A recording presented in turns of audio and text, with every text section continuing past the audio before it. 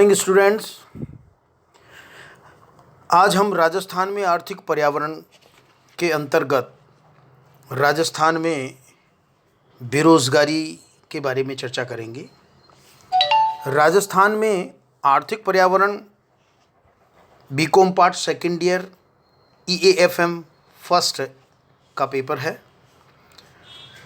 देखिए, पूर्व के व्याख्यान में मैंने आपको बताया था राजस्थान में गरीबी और गरीबी की जो समस्या है और उसके जो क्या कारण हैं, और इसके संबंध में मैंने आपको चर्चा की थी। राजस्थान में गरीबी या बेरोजगारी की समस्या जो महत्वपूर्ण समस्या है,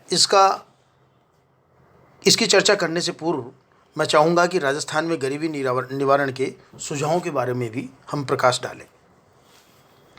देखिए, राजस्थान में गरीबी निवारण के संबंध में हम सुझाव दे सकते हैं कि जनसंख्या वृद्धि पर प्रभावी नियंत्रण लगाया जाए। राजस्थान की जो जनसंख्या है वो तीव्र गति से बढ़ी है, इस पर नियंत्रण लगाने की आवश्यकता है। अगर हम राजस्थान में गरीबी को कम करना चाहते हैं तो जनसंख्या पर नियंत्रण लगाना अति आवश्यक है। इस संबंध में सरकार द्वारा विभिन्न प्रयास किए जाते हैं, लेकिन प्रयासों को प्रभावी ढंग से लागू करने की हमें आवश्यकता है ताकि जनसंख्या पर नियंत्रण लगाया जा सके। इसी तरह से प्रदेश में रोजगारी की निश्चित योजना बनाई जाए। एक निश्चित योजना बनाकर हम एम्प्लॉयमेंट जनरेट कर सकते हैं, रोजगार का सृजन कर सकते हैं, लोगों को रोजगार उपलब्ध करा सकते हैं। इसके अंतर्गत जो शिक्षित वर्ग है उनको उनके हिसाब से रोज़गार उपलब्ध कराए जा सकते हैं, और जो अशिक्षित हैं या जो स्किल्ड नहीं है, अनस्किल्ड जो लेबर है, उनको उस हिसाब से एम्प्लॉयमेंट दिया जा सकता है। इस संबंध में आपका जो नरेगा जो प्रोग्राम है, जो महात्मा गांधी गारंटी योजना के अंतर्गत जो रोज़गार मिला हुआ है, वो एक सराहनीय कदम है। इसी तरह की योजनाएं और भी चलाई जानी चाहिए जिससे कि ज़्यादा से ज़्यादा लोगों को रोज़गार दिया जा सके। इसी तरह से सामाजिक सेवाओं का विस्तार भी करने की आवश्यकता है, क्योंकि सोशल सर्विसेज अगर बढ़ेगी तो सुरक्षा का दायरा बढ़ेगा, लोगों में एक विश्वास उत्पन्न होगा, तो सामाजिक सेवाओं का विस्तार करने की भी हमें आवश्यकता है। भूमि सुधार कार्यक्रमों को भी हम प्रभावी ढंग से लागू किया जाए ताकि किसानों को उपज का उचित मूल्य मिल सके और उनके द्वारा जो की गई मेहनत है उसका उनको पारिश्रमिक मिल सके। अन्यथा अगर हम भूमि सुधार कार्यक्रमों को प्रभावी ढंग से लागू नहीं करेंगे तो किसान केवल मजदूर बनकर ही रह जाएंगे। इस तरह से सार्वजनिक निर्माण कार्यों को बढ़ावा दिया जाए जिनमें गरीबों को रोजगार मिले। जितने भी आपके जो पब्लिक कंस्ट्रक्शन है, सार्वजनिक निर्माण जो कार्य हैं, उनको बढ़ावा दिया जाना चाहिए ताकि उसमें लोगों को रोजगार मिल सके। लघु और कुटीर उद्योगों के विकास पर भी हमें अधिक ध्यान दिया जाना चाहिए हमारे को, क्योंकि लघु और कुटीर उद्योग छोटे छोटे उद्योग होते हैं और इनसे सैकड़ों लोगों को रोज़गार उपलब्ध कराया जा सकता है। इस संबंध में राज्य सरकार काफ़ी प्रयास करती है और जितने प्रयास किए गए हैं वो सराहनीय प्रयास हैं, और इस संबंध में और प्रयासों की हमें आवश्यकता है ताकि रोज़गार का सृजन किया जा सके और राजस्थान में गरीबी को हम दूर कर सकें।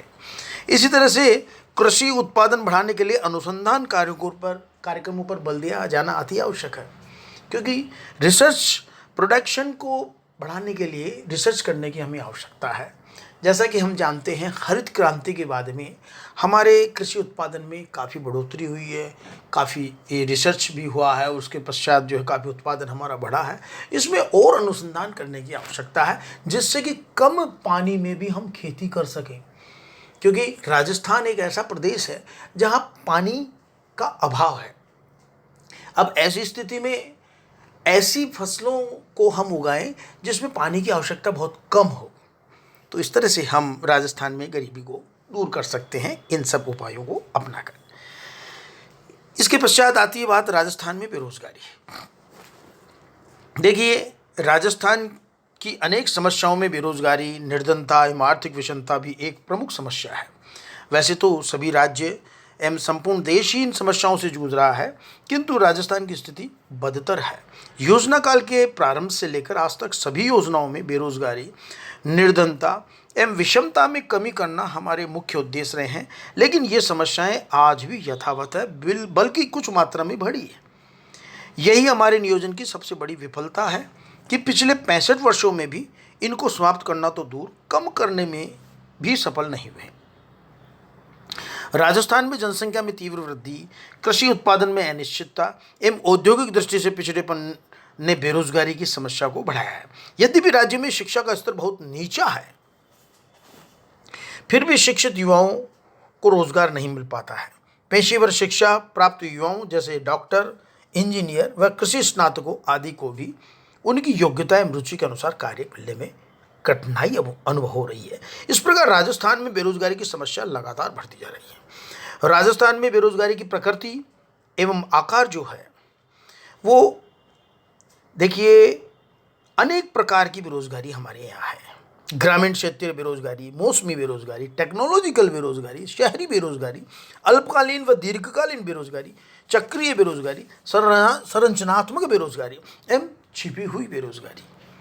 ठीक है, देखिए, राष्ट्रीय सैंपल सर्वे के अनुसार किए गए सर्वेक्षण के 68वें दौर की अवधि के लिए संकलित आंकड़ों के आधार पर बेरोजगारी को 3 अवधारणाओं में बनाया गया, जैसे सामान्य स्थिति से संबंध अवधारणा, साप्ताहिक स्थिति की अवधारणा, दैनिक स्थिति की अवधारणा। ठीक है, तो इस प्रकार से हमारे यहाँ विभिन्न प्रकार की बेरोजगारी उपलब्ध है। इसी तरह से जब हम बात करते हैं कि राजस्थान में जो ये बेरोजगारी है ये क्यों बढ़ी, इसके क्या कारण रहे, इसके संबंध में हम चर्चा करते हैं।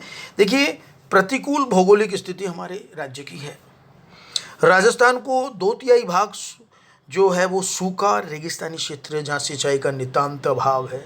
अरावली पर्वत श्रृंखला के अरब सागर से आने वाली मानसूनी हवाओं के समानांतर होने से राज्य में पर्याप्त वर्षा नहीं होती है, तो मानसून की विफलता के कारण राज्य में मौसमी बेरोजगारी काफ़ी बढ़ती जा रही है।